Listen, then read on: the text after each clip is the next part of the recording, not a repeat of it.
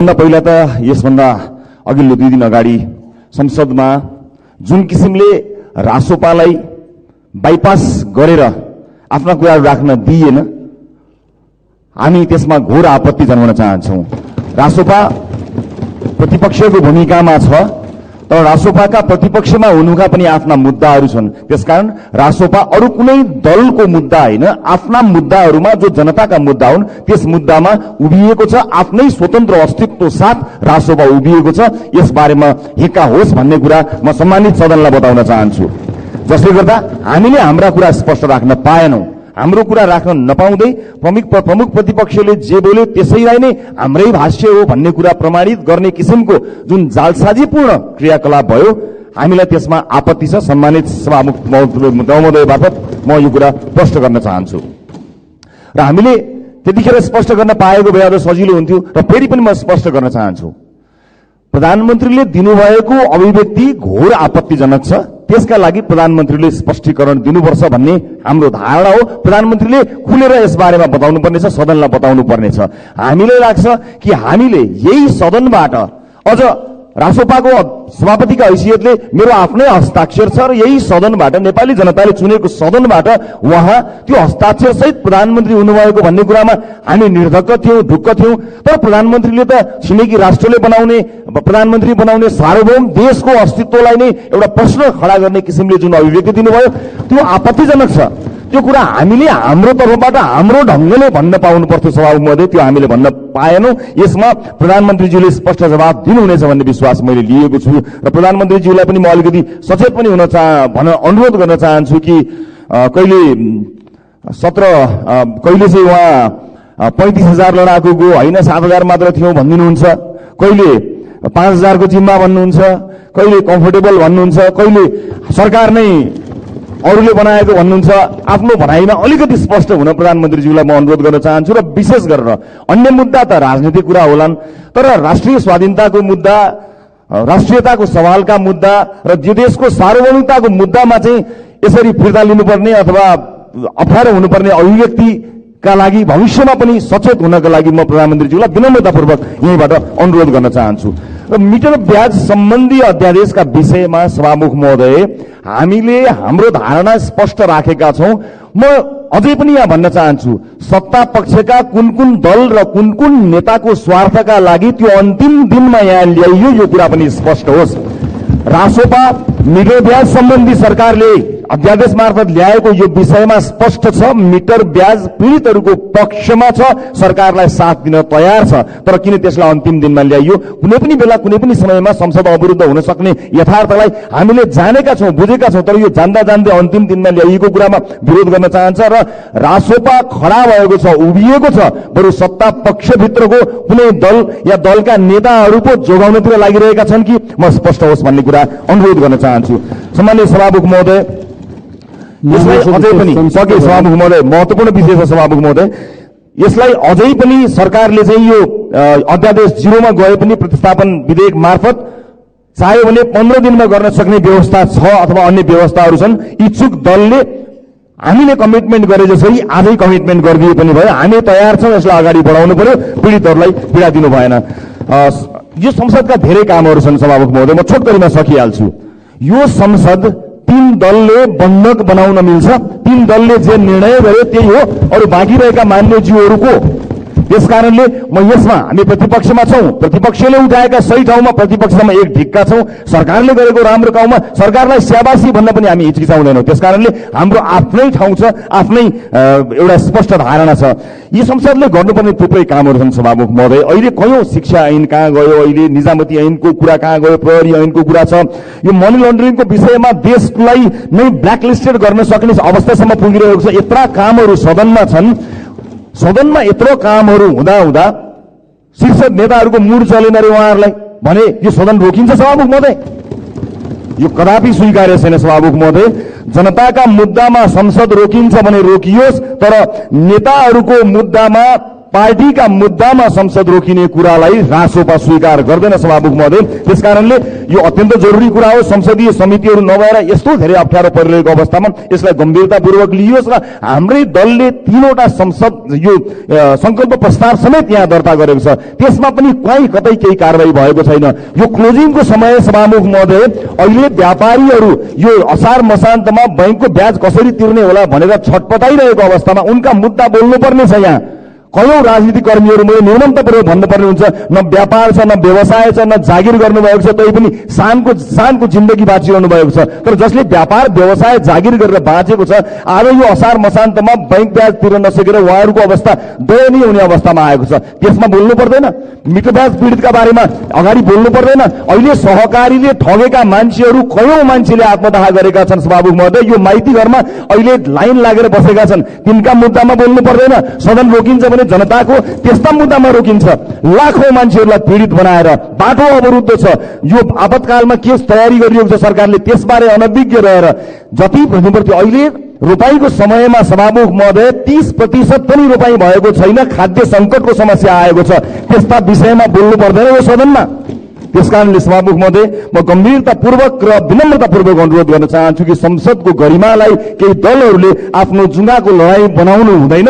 प्रतिपक्षको भूमिकामा रहँदा रासोपाको आफ्नै अस्तित्व छ, प्रतिपक्षमा छ। प्रतिपक्ष दलहरूसँग एक ठाउँमा उभिने ठाउँमा एक ठाउँमा उभिन्छौँ, फरक मत भएको ठाउँमा फरक मतमा उभिन्छौँ र सरकारले गरेको राम्रो कामलाई खुला हृदयले साथ दिन्छौँ। सरकारले अहिले भ्रष्टाचार विरुद्ध अभियान जुन थालेको छ, सरकारलाई हामी स्याबास भन्न चाहन्छौँ, तर जरोसम्म पुग्नु पर्यो, हाँगा बिगा काटेर भएन, यही भन्न चाहन्छौँ। र अन्त्यमा सभामुख महोदय फेरि पनि म भन्न चाहन्छु, यो मिटर ब्याज सम्बन्धी अध्यादेश जुन जिरोमा गएको छ त्यसलाई बिउताउनको निमित्त, त्यसलाई एउटा प्रतिस्थापन विधेयक मार्फत ल्याउनका लागि राष्ट्रिय स्वतन्त्र पार्टी स्पष्ट रूपमा तयार छ।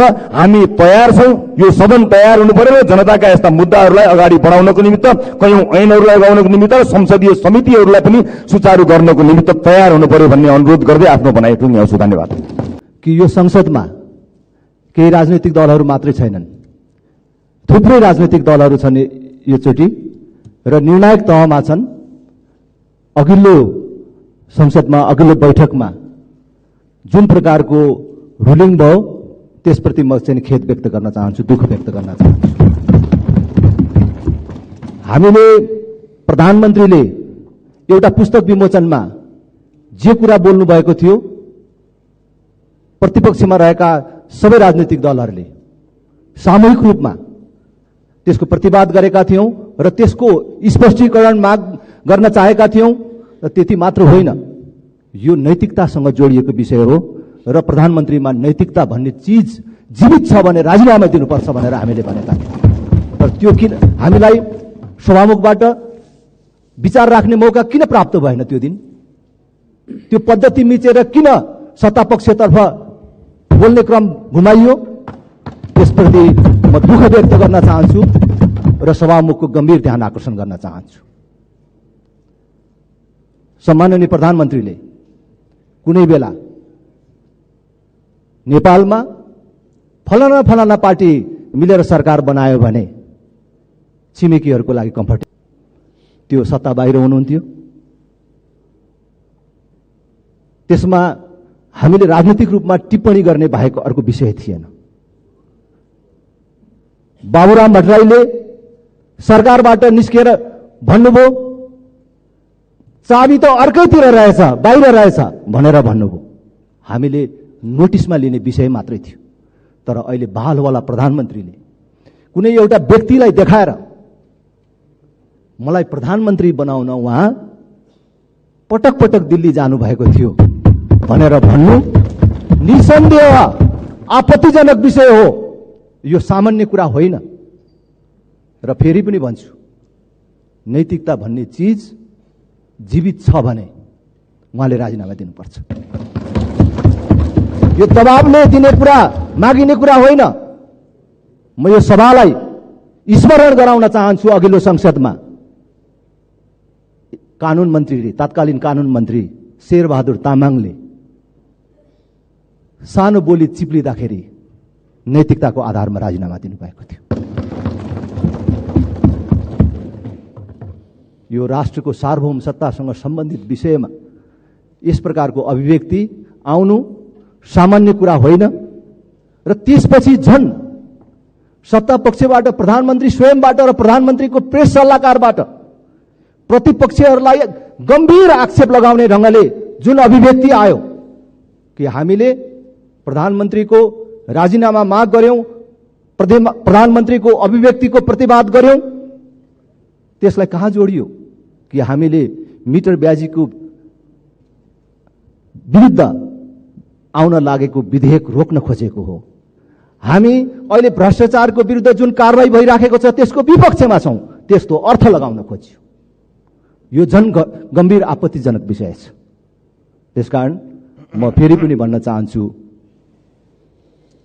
राजीनामा दिने नदिने हाम्रो दबावले मात्रै हुने कुरा होइन, यो प्रधानमन्त्रीको नैतिकताको विषय हो। हामीले भन्यौं यो भन्दा ठूलो नैतिकताको अर्को प्रश्न हुन सक्दैन। र म सरकार र सभामुखको ध्यान आकर्षण गर्न चाहन्छु। फेरि पनि भन्छु, संसदमा अब 3 दल मात्रै छैन। अहिले पहिलो र दोस्रो दल मिल्यो भने मात्रै सरकार बन्न सक्छ। कुनै एउटा दलले सरकार बनाउन सक्दैन।